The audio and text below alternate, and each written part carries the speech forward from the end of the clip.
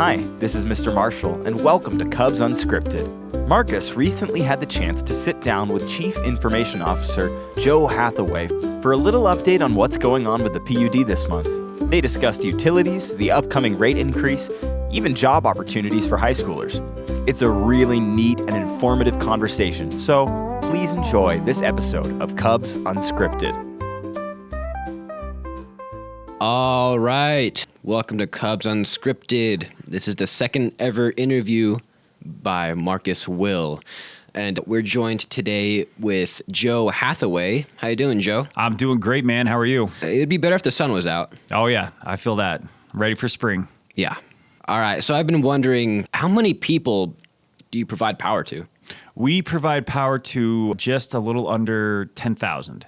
And that is residential, and then we have a few large industrial and commercial businesses as well. So all in all, just over 10,000 customers. So how far does that border extend to? The entire county. So everyone that lives within or works within Pend Oreille County is served power by the PUD. All right, thanks for bringing that into light. So do you guys have any job opportunities available for students with long red hair in the summer? It doesn't matter what kind of hair you have, but yes, we have a ton of really cool job opportunities for students and those returning students. We've been doing this for a few years now, but there are summer jobs. These are jobs for graduating seniors and college students who are returning home for the summer. And they are really good opportunities. They're short term, about 3 months, but we have open positions in basically every department of the PUD. So yeah, whether you're entering college, just graduated high school, or planning to attend trade school, we have positions from field work with line and vegetation management crews to office-based engineering tasks. We offer students a wide range of opportunities to work to grow whatever kind of career they're trying to pursue. So really cool opportunities. They pay pretty well for a student, $20 to $25 an hour. You can find those applications online on popud.org. Just get on our website and go to our careers page, and those applications are there. And those positions will be open until they're filled. So if you know anybody who is planning to go to college, a trade school, or just looking for a short-time career opportunity, I would highly recommend they go online and apply for one of these positions. Will that application include an age requirement? Yeah, that's a really good question, Markus. Yeah, you have to be at least 18 years old with a valid driver's license. And also, if you're a full-time student, you must have a minimum 2.0 GPA, and you need to provide a resume, if you're able to, a school transcript, and a couple letters of recommendation. So it's kind of like applying for a scholarship or even a college, but this is for a paying job here at the PUD. And it doesn't matter if you're special needs or... We are an equal opportunity employer. That's awesome. It's very interesting. Thank you.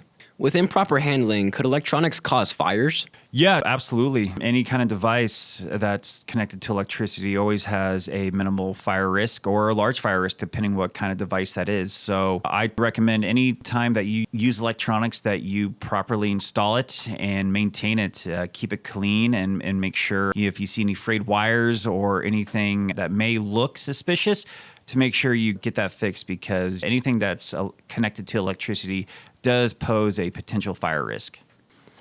So would I always be able to see these threats that they could pose? It really depends on the device that you're talking about. So let's say you have a PlayStation 5. While that probably is a minimal fire risk, any kind of gaming device, it does still pose any kind of fire risk because it is connected to electricity. So whether there's visible warning signs or not, there's always that potential. So that's why I always highly recommend keeping an eye on any kind of electronic device. With larger equipment, you will see more of a visible warning in case there is a fire, especially a space heater. If people use those, that's always something that causes a lot of fires across the country. And those could potentially be pretty catastrophic, especially if you use those indoors. So there are warning signs. And again, whether they're visible or not, anytime you plug in an instrument or an electronic, just be aware that it is plugged in and it does pose a fire risk. Is there anything you could do to prevent frayed wires? If you have older equipment, especially any kind of an older TV, an older plug-in, especially any kind of power cord or power strip, keep an eye on those. You definitely don't want to daisy chain power strips to other cords because that does pose a fire risk. But especially keep an eye on the age. if you're hooking up an entertainment center and you have 15 plugins, you don't want to use a power strip that's more than 5 years old. So just be aware of how old the equipment that you're using is, and just be mindful that the older the equipment, the more risk you have for an accident to occur. All right, that makes sense. So one of my mom's friends who works at the PUD said something about updating their contact information with the PUD. What's that about? Yeah, that's a really good point too, especially as we head into spring. I like to try to promote what I call spring cleaning for utility customers. Just as you would clean up your yard and clean up your house, it's time to make sure to also check in to make sure your contact information is updated with the PUD, whether that's your phone number, email, or mailing address. And that's just so that we can send you important updates, especially outage notifications if those occur, and billing reminders. So always a good idea to update your contact information, especially in case of an emergency. And also, while we're on the topic of spring cleaning, there is a ton of other stuff that customers can do to make life simpler as a PUD customer. And you can update your account preferences. You can review your billing and payment settings. You can also update to sign up for paperless billing, automatic payments, or budget billing to just manage your costs easier. So that's a few of the ways to update your contact information and to make your account and business with the PUD a lot more simple and easier to handle. So as spring comes closer, what should PUD customers be aware of? As it gets warmer and we're spending more time outside, this is a great opportunity to give your property a look, especially around PUD equipment. If you have trees growing close to power lines, make sure to contact us for guidance to prevent outages and safety hazards, especially ahead of wildfire season. Trees near power lines always pose a issue around wildfire season, so we just want to make sure we're doing what we can to keep you and the county safe. So if you see any trees or limbs growing near or hanging on a power line, make sure to contact us as soon as we can, and we can send somebody out there to check it out and possibly cut it down. So yeah, make sure to do that. Also, make sure to keep your meters clear. That's one thing that people don't really think of. Our meters are outside, so make sure that they're free from debris and that there's no vegetation growing around them, so our PUD personnel can go check those meters easily. And also, heading into spring, we're starting to read water meters as well. And this is another thing that people don't really take into consideration. And those water meters need to be clear, especially if the PUD provides you water. We often find that customers park cars or trailers over those water meters because they are located on the ground. And sometimes there's landscaping projects that block those as well. So if you are served water by the PUD, make sure you locate that water meter and make sure it's clear so PUD personnel can come read those easily. So in addition of providing power to Pend Oreille County, is there anything else you guys might provide?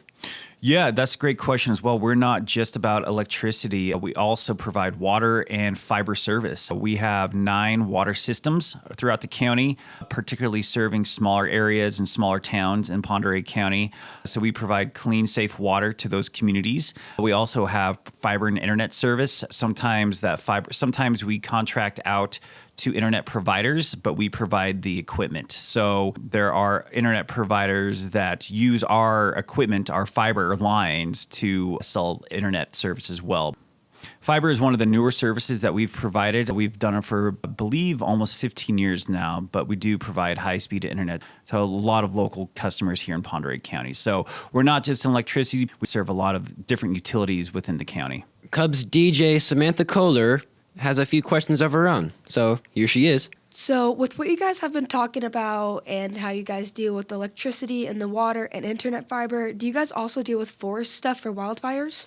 Yeah, that's a great question, Samantha. Wildfire mitigation is a top priority at the PUD, especially as we head into summer. Our wildfire mitigation plan, which we released last year, is a pretty comprehensive look on how we mitigate wildfires. Part of that is a lot of tree trimming. We have hundreds of miles of line, and as everybody knows who's listening to this, it's pretty forested in Pend Oreille County. So we do what we can and are very serious about mitigating the wildfire risk, and that includes doing annual inspections and trimming of trees and vegetation near our lines, especially more heavily forested areas. That's just one aspect of our wildfire mitigation plan.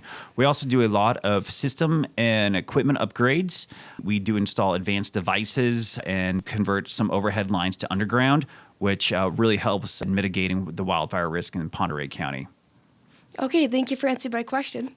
No, thank you, Samantha. And we have a ton more information on our wildfire mitigation tactics and the plan itself on our website. We also have them printed. If anybody wants to come read a copy, we have those available at our offices here in Newport and up at Box Canyon Dam. Good question. Thank you. Thank you, Samantha Kohler, for that great question.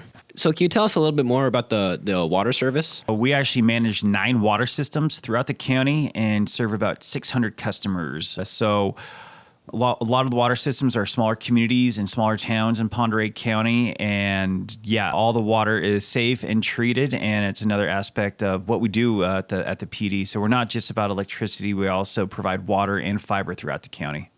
So where does the water come from that you guys provide? Each different system has a different source of water. Some have wells, some come from the ground. We have 2 full-time water operators that make sure that the water that we source is treated and clean and safe to use. And so it's a big responsibility and also a big priority for us to make sure that the water that we're providing is safe and healthy. On the topic of water, how are things at the Box Canyon Dam? Box Canyon is going great. As we head into spring, we're seeing some snow runoff. So the river's running a little bit faster these days. We expect the majority of the runoff to come in June. But yeah, no, everything is going well at Box Canyon Dam. We're up and running and creating locally sourced hydropower. So could it be better? All right, awesome. Thank you. So in our last interview, we talked about a rate increase hearing. You have an update on that? Yeah, so on March 4th at the board meeting, the PD Board of Commissioners approved a 4.25 rate increase for all customer classes, and that will go into effect April 1st. Essentially, what that means is our power is still very affordable, among the lowest rates in the region. It'll raise the per kilowatt hour from 6.2 cents per kilowatt hour to about 6.6 cents. So still very affordable, but obviously we understand that any rate increase is difficult.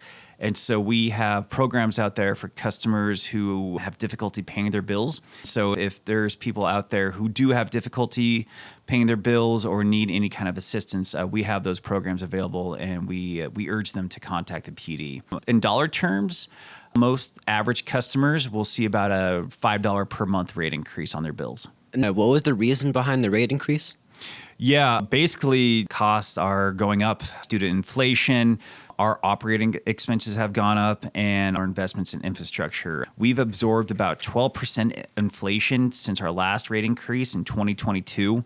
Costs are skyrocketing, but our rates have remained stagnant. And just to make sure that we're financially stable and secure, this rate increase was necessary. And again, we do understand that any rate increase is difficult. We didn't want to raise rates, especially since so many of us are PUD customers ourselves. And so and we know how it affects everybody, especially since everything is so expensive these days. But the way that we structured it, we're hoping that this makes it less impactful on our customers. So why don't you cut expenses instead of raising rates? Yeah, good question. We're already taking a lot of steps to reduce costs, but some expenses, such as the maintenance of our infrastructure and meeting strict state regulations from the state of Washington, those are unfortunately unavoidable. We have to cover those. We have to pay those. Delaying any necessary investments, especially in our infrastructure. We have a lot of aging infrastructure, a lot of older substations, a lot of aging equipment throughout the county. Delaying those would likely lead to higher costs in the future. And so that's why the rate increase is necessary right now. I just want to clarify again that, we understand that rate increases are challenging, and we at the PUD are committed to keeping costs as low as possible. And there are programs available for those people who are having a hard time paying those bills. And so we ask you to reach out to us and talk to us, and we can figure out a plan together to make sure that you can keep getting power. All right, well, thank you for the advice. Do any Newport alumni work for you full-time currently? Yes, a lot of Newport alumni. I can't name them all at the top of my head, but I do know our new interim general manager, Chris Jones, I know he's a Newport grad. I believe he graduated in the early 90s. I'm not trying to age him. Sorry, Chris. But yeah, he's just one of many Newport grads out. Born here, raised here, has been part of the community his whole life. April Owen is our director of finance. She is a proud Newport Grizzly as well. And so, yeah, that's why this PD is so special, is that, it's a family. we're so integrated and ingrained within the community because we have so many local people who were born and raised in Newport and or around Pend Oreille County who work for the PUD, and that's what makes the PUD so special.